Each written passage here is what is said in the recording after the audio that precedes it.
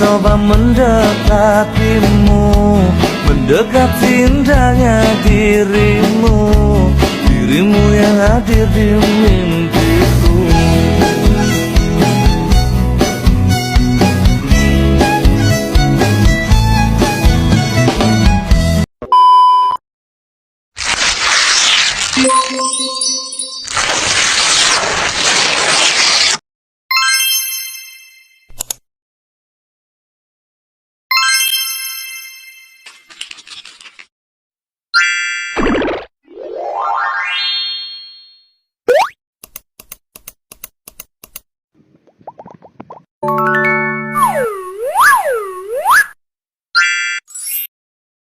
Pembelajaran dari materi integrasi ekonomi global dan regional. Yang pertama, mengetahui sejarah GATT dan WTO. Yang kedua, memahami bagaimana perjanjian WTO dapat memengaruhi perusahaan. Yang ketiga, memahami kemungkinan implikasi perdagangan dari perjanjian perdagangan regional. Yang keempat, mengetahui jenis-jenis perjanjian perdagangan regional.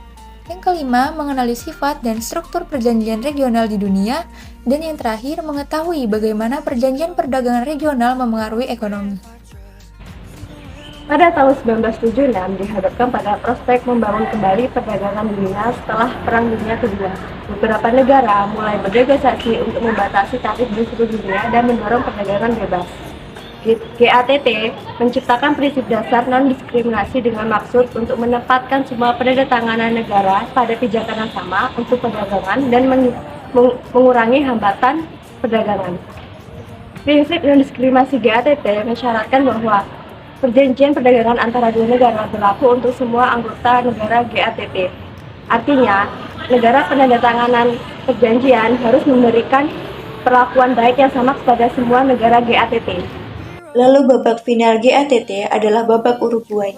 Negosiasi di Uruguay dimulai pada tahun 1986 dan berakhir pada tahun 1993 dengan kesepakatan untuk mengurangi tarif lebih jauh, meliberalisasi perdagangan pertanian dan jasa, dan menghilangkan beberapa hambatan non-tarif untuk perdagangan internasional, seperti penggunaan peraturan kesehatan yang berlebihan untuk mencegah impor. Sebagian besar yang terpenting, pembicaraan Uruguay juga membentuk Organisasi Perdagangan Dunia atau WTO untuk menggantikan GATT. Berbeda dengan GATT yang merupakan rangkaian perjanjian pemerintah, WTO ini adalah struktur organisasi formal untuk melanjutkan negosiasi perdagangan negara dan menyelesaikan perselisihan perdagangan negara antar anggota GATT. Sekarang, WTO ini terdapat 164 negara, naik dari 92 ketika pembicara GATT tahun 1986. Sebagai sebuah organisasi, WTO memiliki beberapa tujuan, yaitu diantaranya pertama, mengelola perjanjian perdagangan berdasarkan GATT dan yang dinegosiasikan kemudian bekerja sama dengan organisasi internasional lainnya seperti PBB dan Bank Dunia. Kedua, memberikan bantuan teknis dan pelatihan untuk negara berkembang. Tiga, memantau kebijakan perdagangan negara anggota. Dan terakhir, menyediakan forum untuk negosiasi perdagangan saat ini dan masa depan. WTO berpendapat bahwa perdagangan bebas ini telah berhasil dilaksanakan di dalam dunia perdagangan. Akan tetapi, ada yang berpendapat bahwa WTO ini hanya berpihak kepada negara-negara maju saja. Ahli lingkungan melihat bahwa adanya perdagangan bebas ini telah mendorong perusahaan multinasional besar untuk memindahkan aktivitas produksinya yang dapat mencemari lingkungan ke negara-negara yang lebih miskin. Jadi di sini kepentingan komersial itu lebih diprioritaskan dibandingkan dengan kepentingan lingkungan, kepentingan kesehatan, dan juga keselamatan. Bahkan, serikat pekerja juga itu melihat bahwa perdagangan bebas ini telah menjadi migrasi pekerjaan dari negara-negara dengan tingkat upah yang lebih tinggi ke negara-negara dengan tingkat upah yang lebih rendah. Perjanjian perdagangan regional. Perjanjian perdagangan regional adalah perjanjian di antara kelompok negara untuk mengurangi tarif dan mengembangkan standar teknis dan ekonomi yang serupa.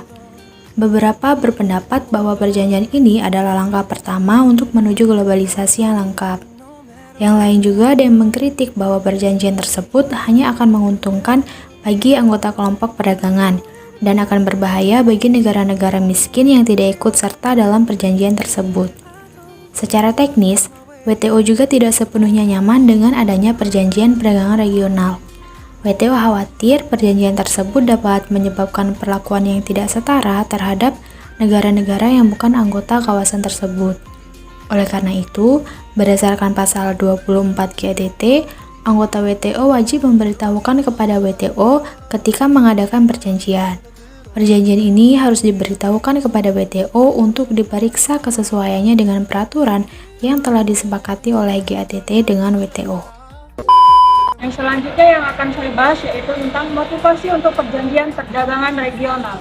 Dari tadi ngomongin dulu. Hah?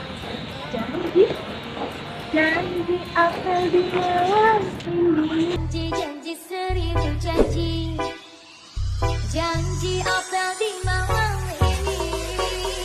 Saat ketika ada di rumah, malam minggu jadi selalu. Kalau lagi presentasi kok kalian bantuin ya.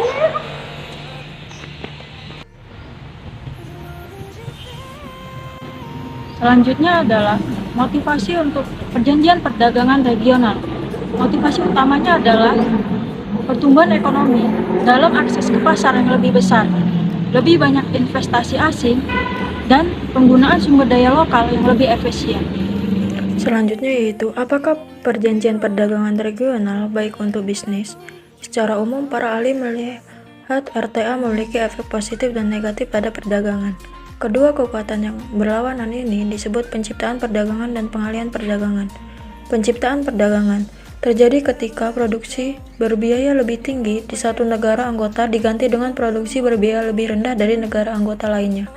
Sedangkan pengalihan perdagangan terjadi ketika perdagangan berbiaya tinggi di antara negara-negara anggota menggantikan perdagangan dengan biaya lebih rendah produsen yang berada di luar perjanjian. Selanjutnya yaitu mengenali sifat dan struktur perjanjian perdagangan regional. Perjanjian perdagangan bebas bekerja. Struktur dan organisasi dari 3 kelompok. Kelompok-kelompok ini adalah Uni Eropa, Perjanjian Perdagangan Bebas Amerika Utara, dan Kerjasama Ekonomi Asia Pasifik. 3 kelompok perdagangan bebas terbesar ini menyumbang hampir setengah dari perdagangan dunia. Yang pertama, Uni Eropa. Hal ini menyebabkan peningkatan fokus tentang kebijakan regional dan wilayah Eropa. Sebuah Committee of the Region didirikan sebagai bagian dari perjanjian Maastricht. Kebijakan Uni Eropa mencakup sejumlah kerjasama yang berbeda, yaitu 1. Pengambilan keputusan yang otonom. Komisi Eropa mengeluarkan keputusan-keputusan di wilayah seperti misalnya undang-undang kompetisi, kontrol bantuan negara, dan liberalisasi. 2. Harmonisasi. Hukum negara-negara anggota diharmonisasikan melalui proses legislatif Uni Eropa yang melibatkan Komisi Eropa, Parlemen Eropa, dan Dewan Uni Eropa. 3. Koperasi. Negara-negara anggota yang bertemu sebagai Dewan Uni Eropa sepakat untuk bekerja sama dan mengkoordinasikan kebijakan-kebijakan dalam negeri mereka. Yang selanjutnya adalah Perjanjian Perdagangan Bebas Amerika Utara atau NAFTA. NAFTA menghubungkan Amerika Serikat, Kanada, dan Meksiko dalam blok ekonomi yang memungkinkan pertukaran barang dan jasa secara lebih bebas. NAFTA memiliki 2 badan pengatur utama. Yang pertama ada Komisi Perdagangan Bebas dan Koordinator NAFTA, dan yang kedua ada Badan Penyelesaian Sengketa Utama atau Sekretariat NAFTA. Untuk lebih jelasnya sebagai berikut. 2 badan pengatur utama NAFTA. Yang pertama ada Komisi Perdagangan Bebas dan Koordinator NAFTA. Komisi Perdagangan Bebas terdiri dari perwakilan tingkat kabinet dari 3 anggota negara. Komisi ini mengawasi pelaksanaan perjanjian NAFTA oleh komite dan kelompok kerja bawahan. Koordinator NAFTA bertanggung jawab atas pengelolaan NAFTA sehari-hari seperti perdagangan barang, aturan asal barang, bea cukai, perdagangan dan subsidi pertanian, investasi dan jasa, serta perpindahan lintas batas pelaku bisnis, misalnya standar visa dan izin kerja. Yang kedua, yaitu Badan Penyelesaian Sengketa Utama atau Sekretariat NAFTA. Sekretariat NAFTA bertanggung jawab atas penyelesaian sengketa antar negara-negara anggota. Mereka mengoordinasikan penyelidikan dan penyelesaian perselisihan di bawah NAFTA. Dan yang terakhir adalah Kerjasama Ekonomi Asia Pasifik atau APEC. APEC merupakan konfederasi longgar 21 negara dengan perjanjian kawasan perdagangan bebas yang tidak mengikat. APEC tidak memiliki kewajiban perjanjian yang mengatur negara-negara anggotanya. Sebaliknya, perjanjian yang ada bersifat sukarela dan dicapai melalui konsensus. dan negara anggota APEC terdiri dari Australia, Brunei Darussalam, Kanada, Chili, Republik Rakyat Tiongkok, Hong Kong, Indonesia, Jepang, Republik Korea, Malaysia, Meksiko, Selandia Baru, Papua Nugini, Peru, Republik Filipina, Federasi Rusia, Singapura, Cina Taipei, Thailand, Amerika Serikat, dan juga Vietnam. Kesimpulan dari materi kali ini yaitu, dalam kehidupan ekonomi, suatu negara tidak dapat hidup sendiri karena membutuhkan bantuan dari negara lainnya. Untuk memudahkan hubungan negara-negara tersebut, akhirnya dibuat berbagai organisasi agar hubungan ekonomi dapat terbangun dengan baik dan terorganisir.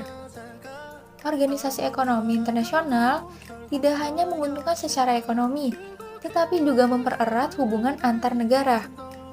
Hubungan antar negara ini perlu dijaga agar kedepannya semua negara dapat mencapai tujuan ekonomi yang bebas dan bermanfaat bagi masyarakat setiap negara.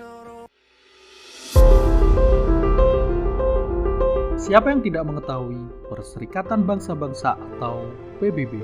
There's many who doubted that agreement could ever be reached by these 50 countries, differing so much in race and religion, in language and culture.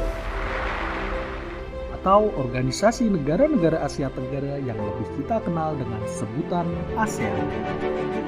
On August 8, 1967, 5 leaders, the foreign ministers of Indonesia, Malaysia, the Philippines, Singapore, and Thailand, sat down together in the main hall of the Department of Foreign Affairs building in Bangkok and signed a document. By virtue of that document, the Association of Southeast Asian Nations, commonly known as ASEAN, was born. Keduanya merupakan organisasi negara-negara yang dibentuk dengan tujuan untuk menjalin perdamaian dan persahabatan di berbagai bidang. Kedua organisasi tersebut hanyalah contoh dari banyaknya organisasi negara-negara yang ada untuk saat ini. Namun, di antara keduanya, tahukah kalian letak perbedaannya? Ya, benar sekali. Jika melihat dari sisi keanggotaannya, PBB merupakan organisasi yang boleh diikuti oleh semua negara. Bisa dikatakan organisasi ini tidak terbatas oleh wilayah tertentu. Namun, untuk organisasi seperti ASEAN hanya terbatas oleh negara-negara yang berada di kawasan Asia Tenggara. Dari penjelasan singkat tersebut, organisasi-organisasi dunia dapat kita bagi dan kelompokkan menjadi dua kelompok, yaitu organisasi global dan organisasi regional. Organisasi regional adalah organisasi yang memiliki cakupan wilayahnya hanya beberapa negara tertentu saja. Sedangkan organisasi global atau internasional cakupannya lebih luas. Itu artinya tidak terbatas pada kawasan apapun. Beberapa organisasi yang masuk di dalam kelompok organisasi regional diantaranya adalah ASEAN,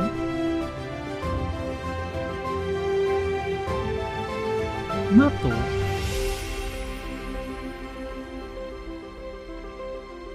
SEATO,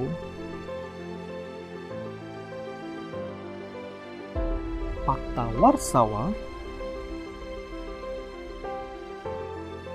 Masyarakat Ekonomi Eropa, APEC,